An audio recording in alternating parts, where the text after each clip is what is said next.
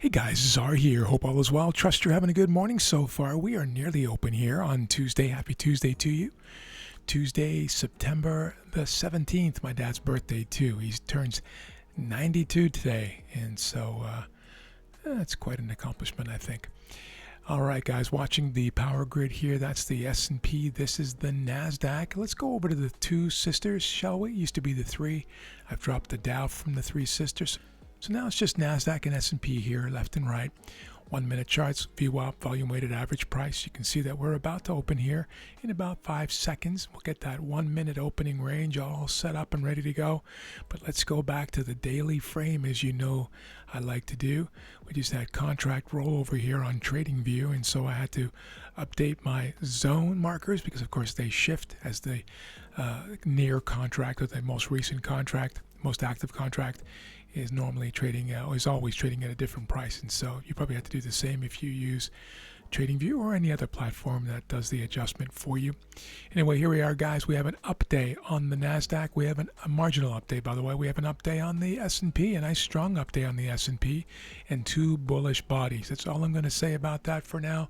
We have just broken this morning, or overnight, we have broken last week's range on the top there. We also did the same thing. There's last week's high and last week's low is this blue line, if you can see it here. And of course, we are at the top and just broke overnight, as I mentioned. I'll take you back to the two sisters. There's that first 1 minute candle still in play until now. And there's the second 1 minute candle. So we now have the 1 minute open range, and those two markers there will move out to the right as we go.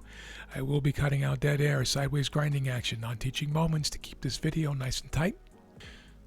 I will be very patient this morning and all week, as I was yesterday. One trade yesterday for the Razor's Edge. It was a break-even trade, thankfully, because it did in fact hit my original stop after the break-even. And that sometimes works in your favor. Sometimes you get stopped out early and then you have to pay the price for it or miss out really on an opportunity. Let's go over to the trading grid, shall we? There we are, moving up. There's that bullish daily driving up now, guys. You see that there in the top? I'm not sure why my 200-day moving average is on there. It's okay, right down there. But then we have the 9 and 21. This is the 30-minute chart, of course, and now we are breaking, looking like we may want to close up here in this next range. But we've been moving up steadily here, guys, as the daily would tell you, overnight here from the Asian session into the UK session, which continues, of course, right now. There's overlap between New York and London and Germany and what have you. I'll put you on pause, guys, and let this thing play out for a while. A little bit of a tug of war between the bulls and the bears, the longs and the short, the buyers and the sellers, the good and evil. Here in the early part of the session, I will bring you back. All right, guys, we're back. I'm pushing up here a little bit. Oh, now pulling back down. As I mentioned, I'm going to let this play out. I'm not going to jump on anything here, which I know is a mistake that a lot of traders make, especially younger and newer traders, or traders who are just trading the open range for the first time or first few weeks or months. Tends to be a common theme, is this idea of jumping all over the first break of the open range, and it's usually not a good idea. And both dropping down now, guys. We are above VWAP. We are now below both EMAs, temporarily at the very least, and inside the open range. Nothing for me to do. Watching the three sisters inside of open range up for the S&P, tagging VWAP here and bouncing back up again on the NASDAQ. Back to the power grid. I'm going to drop down to the 30-second chart here briefly, guys. Yeah, a little cleaner actually in terms of surgical detail for now. So now we've had a break to the top of the open range. We've had a break of the bottom of the open range. We're kind of driving back into the open range, certainly on the S&P. And that tug of war and chop is what can do some damage to impulsive traders who are just looking at that open range break, as I mentioned. And I'm mentioning that a couple of times because it's something that I see so often and I repeat it so often that I hope traders begin to be a little bit more patient and wait for these things to play out and give some more refined structure, especially in light of the higher time frames, right? This is a bullish daily. We've now broken many, many days highs here, as you can see. 2, 4, 6, 8, 10, 10 or 11 days here on the high, just marginally, and then pulling back here, a fairly orderly pullback for now. But the 30-minute is saying sells are an option here, given that we've rejected 3 times here in the pre-market twice, and now so far in the open of the New York range. We are extended to the upside, so sells could be in the cards. Who knows? But not going to do anything here for a while, guys. Lots going on this week. Tomorrow's a huge news day. So we're kind of range bound here in no man's land for now. I'm going to put you on pause here, guys. I'm going to grab a cup of coffee in this one way that you can also avoid making impulsive decisions, is to walk away until you get some clear structure. I'll be right back. All right, guys, I'm back. Just watching here. Looks like the S&P wants to push up a little bit here. NASDAQ still kind of hanging around. VWAP inside the open range. Nothing happening. All right, guys, we're back. Watching very closely now. Sell stop order, guys, right below the low of the day. Here we go. Low of the day, and my stop is above the high of the day right here. You can do the math on that. I'll be looking for 1R. It's only if we get down here, of course. If we don't break the low, I'm not interested. But we have broken 1, 2, 3 lows of candles. In other words, multi-candle break here after 3 rejections on the 30-minute. Even though the daily has been bullish, we are back in the range of the last 1 or 2 days. And for now, beginning to turn down. Having a hard time getting up here above the open range on a day with rejections here. An extended move into the open of New York, and now dropping down. Here we go, and I'm in, guys, and I am in. So why am I short here, guys? Well, the daily was looking very bullish earlier on. Of course, broke multi days here, about 10 or 11 days highs, of course, in sequence. But we are extended up here, guys. It was an extended move up after an impulse down.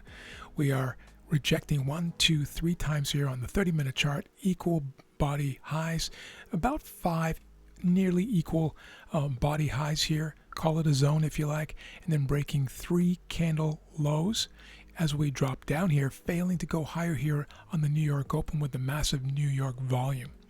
It doesn't mean this thing can't find buying here, right here, in fact, at the zone, which is from just a few, 2 hours ago, 3 hours ago. It's a newer zone. It's not like a New York key zone, but it is something that counts. And so that's, obviously a medium unit of doubt. The biggest unit of doubt, of course, is the bullish candle on the daily and above EMAs. But as you've heard me discuss many times, failing moves can be very powerful. In other words, when you expect a move to continue strongly above a particular area and then it turns and rejects back down into prior range, that can be a powerful opposite signal, right? In this case, bearish signal. So the bullish body feels like we should only be going long. And in basic concept, that is absolutely true. But when you begin to stack units of conviction that are telling you a different story, here, below open range, below EMAs, 9 below the 21, and so on, failure to go higher, extended move up against an impulse wave down on the daily, extended move up all the way through Asia and through the UK session, rejecting, flipping bearish, breaking candles, and so on. All of a sudden, you can have a case for tossing the coin and calling heads. All right, guys, driving down here, we get to the 50% mark on this one. Given this crazy week that we're in, I'm going to move to break even, which is right there, guys. Now I'm moving to break even right there. So a sure no lose on this one. Fairly high chance of being stopped out of break even, but I'm okay with that. I'm really playing defense this week. Rollover week, FOMC week, interest rate week, you name it. We got it going on here. Retail sales, the whole kit and caboodle. And as usual, guys, if I get stopped out of break even, which looks like it's a very real possibility, I will continue the video so you can see if it goes back to the original stop or if it continues to the original target.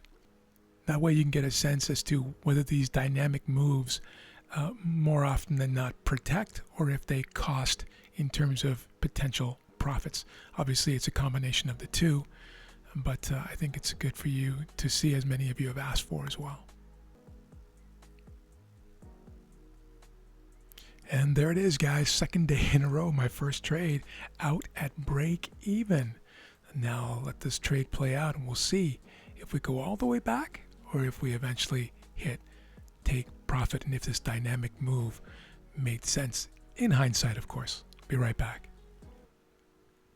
And there it is, guys. So this one did come all the way back to the original stop. It actually came back down to my original entry as well, after drifting around here back in the open range. So out at break even, and this time again, as was the case yesterday, protected from a 1R loss by being dynamic after the 50% mark, taking a break even. That's pretty aggressive for me, but sometimes I will do that. I'll wait for either prices to reach halfway to target or 3/4 of the way to target if I'm not getting the multiple time frame alignment, right? So this is a bullish day. We had broken prior days, and that's telling me, of course, a long bias. So if I'm taking a short, I'm going to be a little more aggressive on my dynamic stop losses. In this case, as was yesterday, protected me from that loss. Have an amazing day, guys. We'll talk to you soon.